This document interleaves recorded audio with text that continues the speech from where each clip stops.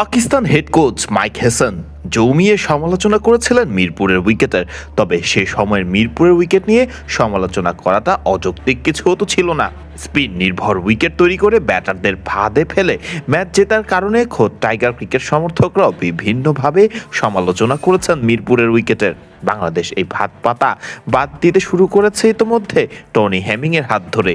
তবে অস্ট্রেলিয়া পাকিস্তান ম্যাচের পর উঠেছে নতুন করে প্রশ্ন, এবার কি পাকিস্তানও হাঁটলো এই একই পথে? পাকিস্তানের মাঠগুলো বেশ পরিচিত ব্যাটারদের স্বর্গ হিসেবেই। বিশেষ করে পাকিস্তান সুপার লিগে দেখা যায় সেখানকার উইকেটে ব্যাটাররা কতটা স্বাচ্ছন্দ্যে ব্যাট চালাতে পারেন। তবে উল্টো চিত্র দেখা গেল রাওয়ালপিন্ডিতে। মাইটি অজিদের কাবু করতেই কি আগের মিরপুরের মতো স্লো উইকেট বানানোর চেষ্টা করলো এবার পাকিস্তান? নিজেদের 1000তম একদিনের আন্তর্জাতিক ম্যাচ খেলতে অজিদের বিপক্ষে রাওয়ালপিন্ডিতে মাঠে নামে পাকিস্তান। শুরুতে ব্যাট করে মাত্র 200 রানে অল আউট মাইটি অস্ট্রেলিয়া। বল হাতে নিজেদের অভিষেক ম্যাচেই ঝলক দেখিয়েছেন পাকিস্তান স্পিনার আরাফাত মিনহাস। একাই নিলেন 5 উইকেট। তার উপর আবরার আহমেদ, সালমান আলী আঘাদের মতো স্পিনাররাও দেখালো দাপট। বিপাকে অস্ট্রেলিয়ার মতো বড় দল।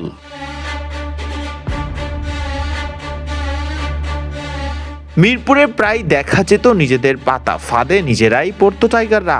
এমন দশাটাই এবার হলো পাকিস্তানেরও। 50 ওভারের খেলায় মডার্ন ডে ক্রিকেটে 201 রান যেখানে খুবই ছোট লক্ষ্য, সেখানে পাহাড় সম লক্ষ্য হয়ে দাঁড়ালো তা পাকিস্তানের জন্য। বাবর আজম এবং গাজী গরিদের ব্যাটের রান আসলেও তাদের 70-এর ঘরের স্ট্রাইক রেটটাই বলে দেয় তারা কতটা ঘাম ঝরিয়েছে এই উইকেটে। পাকিস্তান এই ম্যাচ নিজেদের করে নিয়েছে 5 উইকেট হারিয়ে 42.3 ওভারে যেয়ে।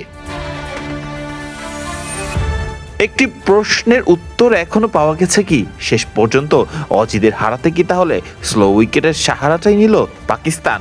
ঠিক যে কারণেই যে সমালোচনা করেছিল এই পাকিস্তান বাংলাদেশের উইকেট নিয়ে।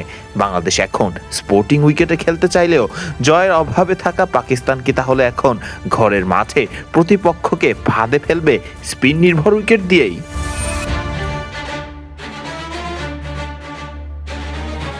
ফারদিন রহমান সকাল, বিডি ক্রিক টাইম।